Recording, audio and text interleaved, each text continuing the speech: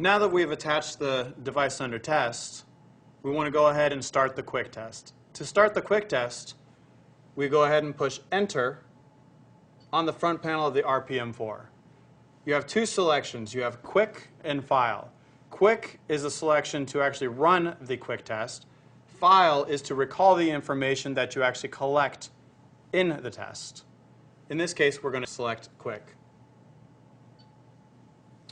The next menu asks, do you want to run the previous test? Since I don't know what the previous quick test was that was run, I want to go ahead and create a new one. We're going to select no, I do not want to run the previous one. The next menu is units. Since we have the 10,000 PSI gauge, since it's in PSI, we're going to select PSI on our RPM4 to be consistent.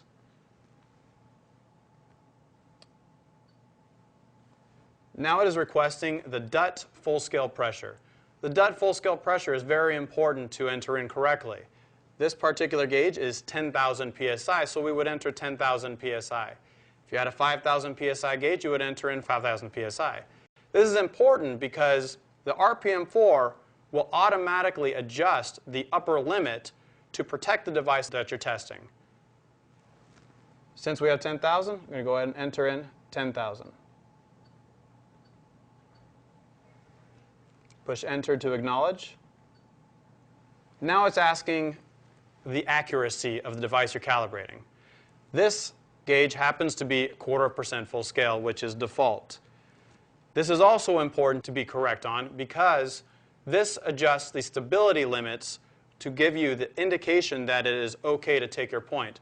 The red and green on the ready, not ready light, which you will observe throughout the test. Test increments. This is what pressures do you want to go to?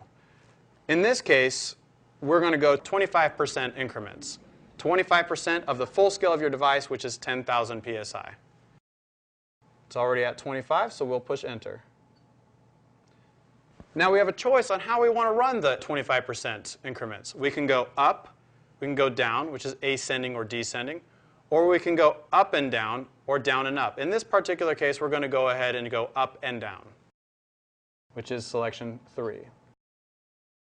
This is to confirm that your ranges are correct.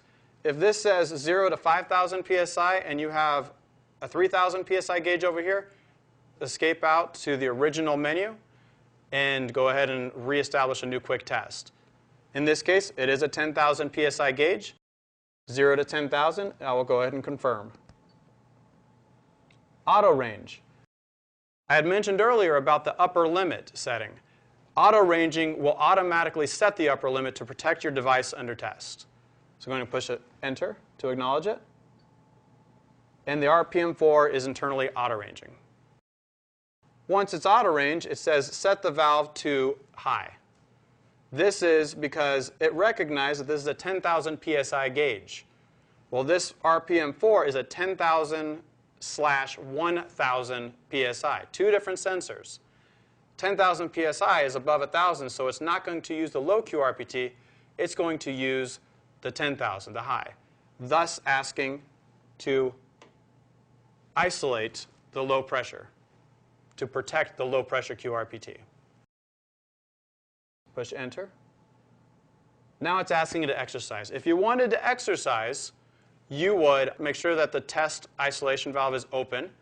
You would also make sure that the reservoir isolation valve is closed and generate whatever pressure you need to exercise the device. And this time, we are not going to exercise. Now it is asking to set 0 pressure.